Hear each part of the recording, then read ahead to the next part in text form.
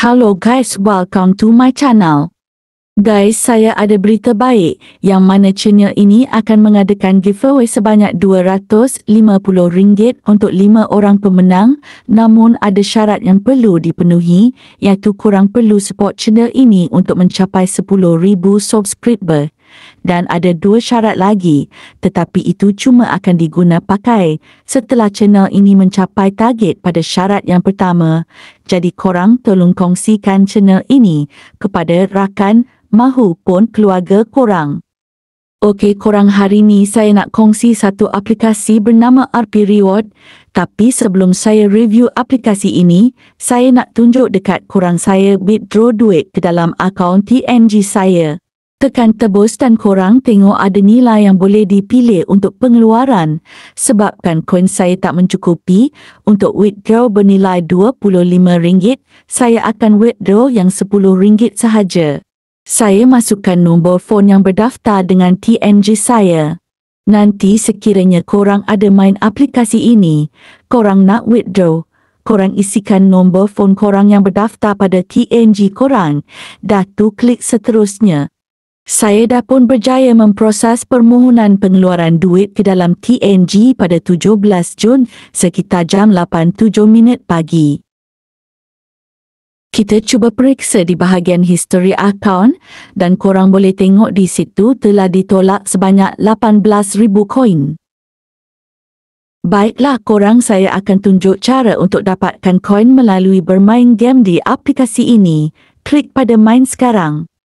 Boleh tengok dekat situ di bahagian katalog, korang boleh pilih game yang korang suka untuk korang mainkan. Kita tekan play now dan perhatikan di situ untuk mendapatkan koin perlu mencapai level tertentu dan saya tak sarankan korang bermain di game tersebut. Korang pilih game yang macam ini, lebih mudah untuk dimainkan dari bermain game yang menggunakan level untuk mendapatkan koin. Saya akan tunjuk aplikasi yang sudah saya muat turun dan saya cuma perlu aktifkan sahaja aplikasi tersebut dan saya akan bermain selama yang saya boleh kerana yang dikira adalah seberapa lama kita bermain aplikasi tersebut. Boleh tengok dekat situ saya dah pun kumpul koin sebanyak 13,622 cuma dengan tengok movie. Seronok sebab tengok movie sambil buat duit. Okey korang, lepas ni saya akan tunjuk bukti tangkap layar dari aplikasi TNG saya. Kejap korang, saya nak buat withdraw lagi sekali senilai RM10 dan lepas tu saya akan tunjuk bukti yang duit saya withdraw di awal video telah pun masuk ke dalam TNG saya.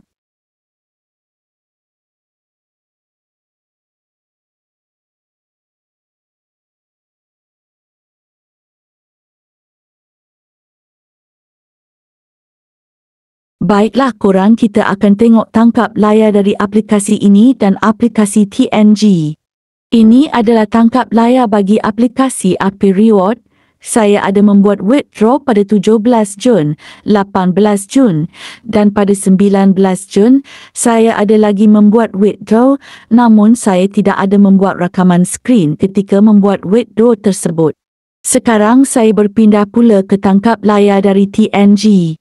Ini bukti duit masuk ke dalam akaun TNG saya pada tarikh 17 Jun sekitar jam 4:10 petang. Ini pula bukti duit masuk ke dalam TNG saya pada 18 Jun sekitar jam 5:06 petang. Dan ini pula bukti untuk withdraw pada tarikh 19 Jun. Kita sudah pun di akhir video. Saya ucapkan terima kasih kerana sudi menonton. Korang jangan lupa subscribe channel ini sebagai bentuk support korang agar channel ini berkembang dan kita dapat secepatnya memulakan giveaway. Okey, jumpa lagi di video akan datang. Bye korang.